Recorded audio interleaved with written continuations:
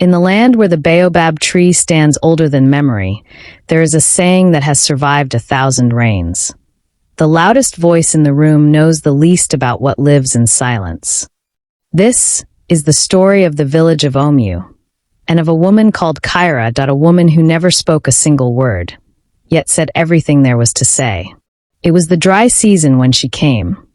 The kind of dry season that makes the ground crack like the lips of an elder who has kept too many secrets for too long.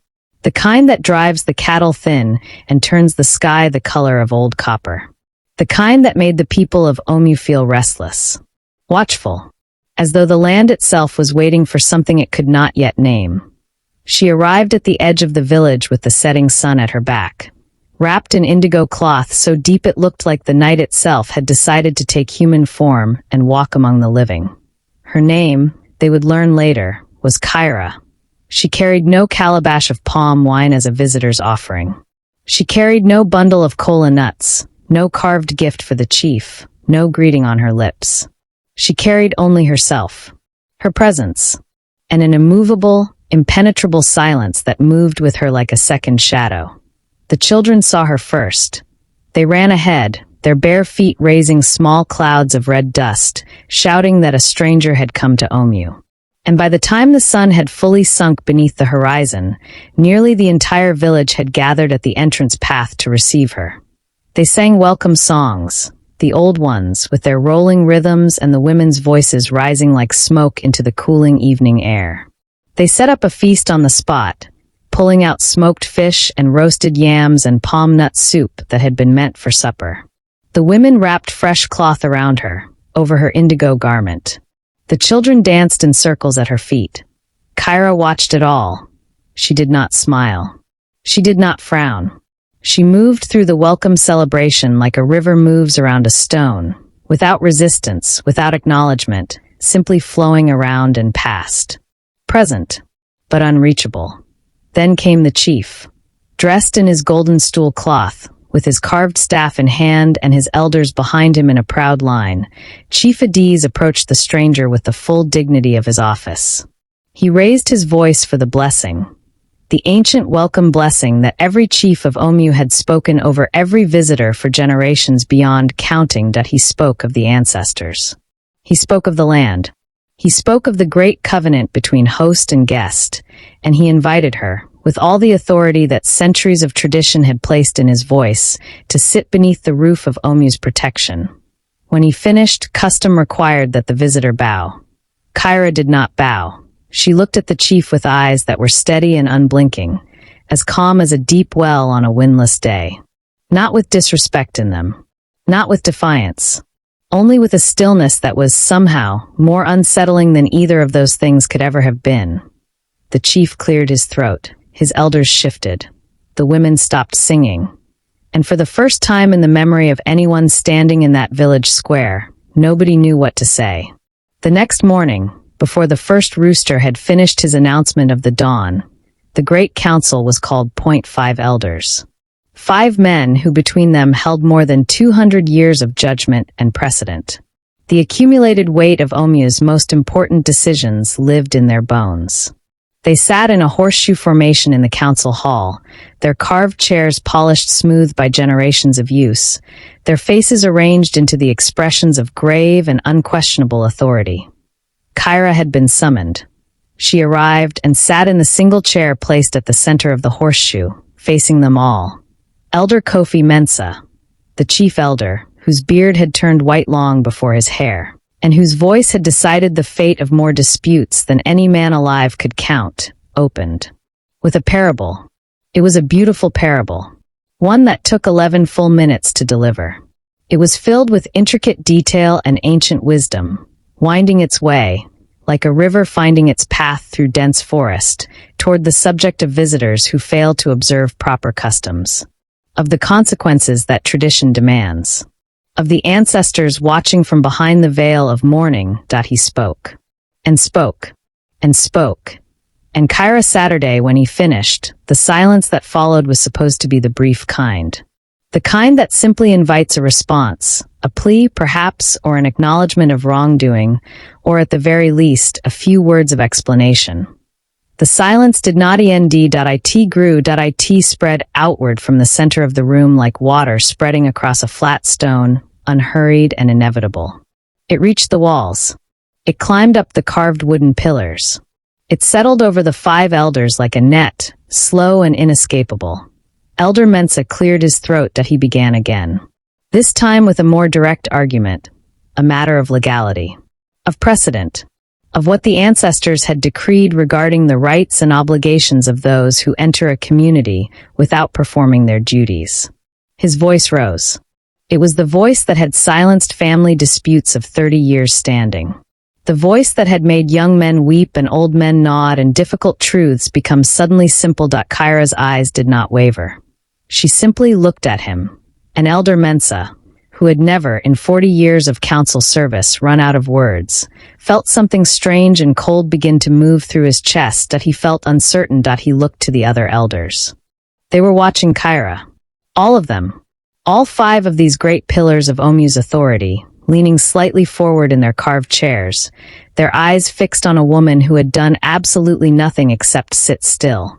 And in her stillness, in that extraordinary, patient, undemanding stillness, each of them felt, though none would have been able to name it yet, that they were being seen, not observed. Not judged, seen. 7:30, it began subtly, the way all great collapses begin, with a small sound. The communal water trial was 3 days later. A dispute about the rights to the stream that ran between the farmlands of 2 great families. A dispute that had simmered for 12 years and had now come, finally, to boil. The whole village gathered in the square. Children were hoisted onto shoulders. Old women brought their low stools from their doorways to sit at the edge of things. The elders took their positions. The chief presided from beneath his shade canopy. And Kyra sat on a low stool at the far edge of the gathering, watching, as she had watched everything since her arrival, as if the whole world was a book she was reading at a pace that required no hurry at all. Elder Kwame Asante stood to present his case. He was brilliant. He always was. He spoke of historical boundaries and ancestral agreements, of the first planting season and where the water had always flowed, of rights that could be traced back further than any man's father's father could remember, that he was in full command of the square. But then, and no one who was there that day ever fully understood how it happened, he paused. I end the pause, his eyes crossed the square and found Kyra's. And out of his mouth, in a voice that started strong and ended as a rough, broken whisper, came words that nobody in Omu had heard spoken aloud in 30 years. The year of the red harvest. The square went still. The year of the red harvest. The year the crops had failed and the village had faced starvation. The year, and this was the part that was never spoken, the part that lived only in guilty dreams and careful avoidances, when the elders had secretly sold a portion of the most fertile land to a merchant from the north, pocketing the grain that saved the village while recording the transaction in no books and telling no one. Elder Asante seemed as surprised as everyone else by his own words. His hand went to his mouth. His eyes darted to his fellow elders in panic and apology. But it was too late, because Elder Bimp, seated on the other side of the horseshoe, had heard the words. And under Kyra's steady, patient gaze, under the pressure of that extraordinary silence she carried with her like a second skin, he felt the secret he had held for 3 decades suddenly become heavier than his body could bear. He stood up. He did not mean to. His legs simply carried him upward, and his mouth opened, and 30 years of buried truth poured out into the morning air of the village square like water finally breaking through cracked clay. The land rights agreement, the falsified records, the promises made to the Dagomba elders that had never been kept. All of it. Every piece of it. Every carefully buried, carefully maintained, carefully passed on lie. Out into the open, under the full sky, in front of every man, woman, and child in Omu. And the square became something no village square had ever been meant to become. It became a confessional. One by one, under the weight of Kyra's watching silence, men who had built their entire lives on the architecture of carefully managed untruths found themselves unable to maintain the construction any longer. The noise of decades of pretending, it turned out, had required enormous energy to sustain. And in the face of true stillness, that energy simply ran out. the chief stood to restore order. He searched inside himself for the commanding voice that had always been there. The voice built on ceremony and precedent and the accumulated weight of his office that he found only noise. And even he, in the hollow of his own chest, could hear that it was noise. Something strange began happening in the days that followed. The young men and women of Omu, the ones who had always dutifully attended the elders' debates, sitting at the back, learning the art of speaking with authority and filling space with sound, stopped coming. Instead, they gathered at Kyra's porch. She did not teach them anything, not in the traditional sense. She said nothing. She simply sat, and when they came, she made room for them. In the evenings, when the sky went orange and the bats began their overhead journeys, she would sometimes draw patterns in the dust with a stick. Not words, not diagrams, only shapes, circles and spirals and the long curved lines of rivers. Patterns that the young people came to understand, slowly and in their own time, were invitations. Invitations to observe, to watch, to notice the gap between what was said and what was meant. A girl named Abina, 13 years old, with quick eyes and a mind that moved like water finding its level, was the first to understand. She came home one evening and told her mother, "The stranger is not teaching us to be silent. She is teaching us to hear." Her mother thought about this for a long time, standing at her cooking fire, stirring a pot that did not need stirring. Then she set down her spoon, wiped her hands on her cloth, and went to sit at Kyra's porch too. The chief watched all of this from behind the carved screens of his residence. He watched his people, sitting quietly in a circle around a woman who had never asked for followers, never claimed any authority, never spoken a single word of instruction or judgment. He watched his young men learning to listen. He watched his elders grow quieter, each one seeming to carry some new and private reckoning. He watched the village that had always hummed with the busy noise of authority and counter-authority, of debate and proclamation and carefully performed wisdom, begin to breathe in a different rhythm.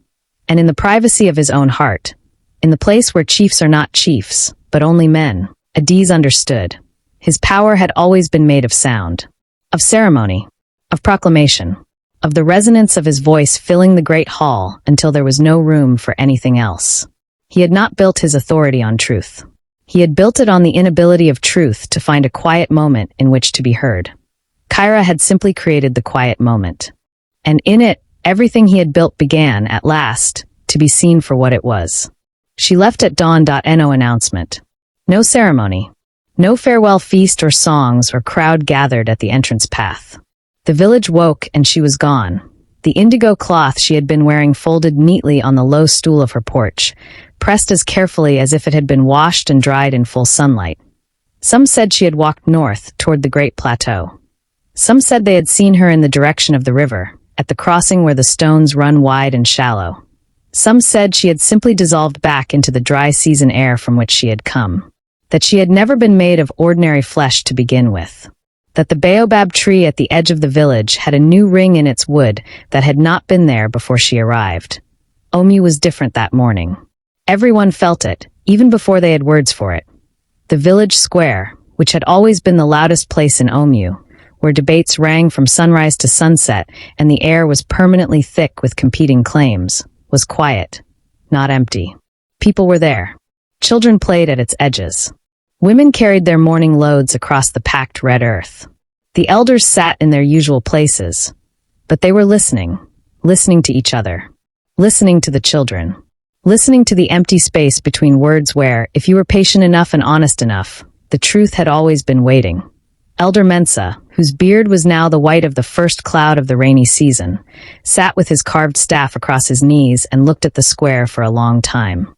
Then he called for a scribe. He dictated a full account of the year of the red harvest, of the land sales, of the falsified records, of the grain that had saved the village, and the price that had been quietly paid by those who had no say in the paying. It took 3 hours.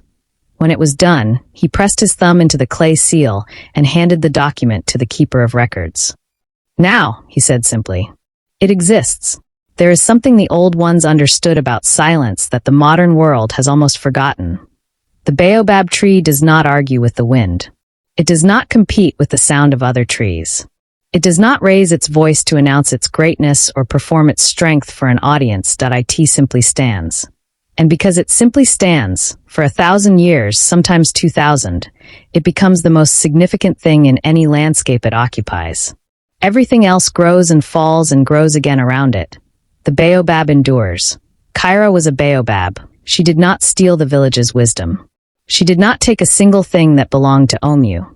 What she did was far more remarkable. She created space for the wisdom that had always been there, buried under noise, buried under the weight of performance and pretension and the accumulated sediment of things that were said to avoid saying other things. In her silence, the village found its voice.